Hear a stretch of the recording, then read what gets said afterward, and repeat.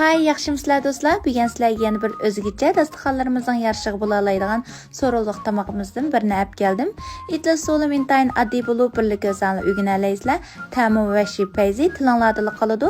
Qanizlarni o'rganib olinglar. Eng oldi bilan quruq bir qachimizga yarim piyola sut, yarim piyola qaynoq suv qo'yib, buningga oz miqdorda tuz, azroq bagi, azroq suvda yana bir qo'shib atrofida shakar silib, tekshir bir aralashtirib 10 minut qo'yib qo'ygandan keyin azroq suv may qo'yib ustiga bir chin atrofida un qo'yib, buni tekshir aralashtirib, bo'shroq qilib xamir yo'g'irib tayyor qilib olamiz. Ya'ni videoda ko'rsatilgandek holatga kelgandan keyin xamirimizni yo'g'ib 20 minut atrofida tindirib qo'ysak bo'ladi. Hamda xamirimiz tayyor bo'lguncha araliqda qiymamizni tayyor qilib olamiz. Qiymamizga may aralash go'shtimizdan azroq izish mashinasiga silib, izib tayyor qilib olamiz. Undan boshqa piyozni izib tayyor qilib olgandan keyin buningga tamtetib qo'limizda muvofiq miqdorda tuz, azroq zira, qarmush, oqmushlarni silib, tekshir aralashtirib, qiyma qilib tayyor qilib olamiz.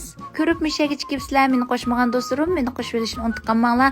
Buningdan keyin taxam yaxshi bo'lgan sarxil mazmunlarni huzuringizga sunish uchun izchil tartibda terishiman.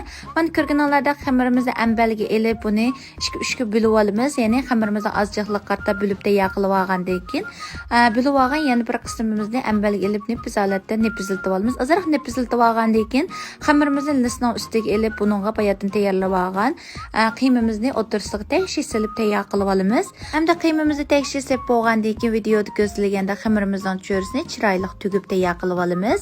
Hamda tomog'imizning taqim chiroyli ham ko'rkam chiqish uchun videoda ko'rsatilgandek meva sho'ximizni yerib tayyorlab olgandan keyin xamirimizning cho'risiga videoda ko'rsatilgandek chiroyli tizib qo'yib olamiz. Mana ko'rganinglardek tugib tayyor qilib olgan xamirimizni oldin qizib tayyor qilib olgan duxovkamizga silib 200 gradusda 15 minut turg'izib olgandan keyin ilib olamiz. Ana cho'risiga videoda ko'rsatilgandek tuxum serig'ini tekshir bir surkib olgandan keyin o'tirsiq irimchiklarni silib, yana duxovkamizga silib 200 gradusda 25 minut turg'izib pishirib ilib olsak bo'ladi.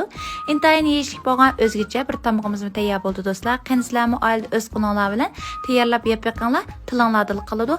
Agar mazmunimni yoqtirgan bo'lsanglar, meni qo'shib olishni unutmanglar. Keyingi sonda ko'rishaylik. Xayr xo'sh.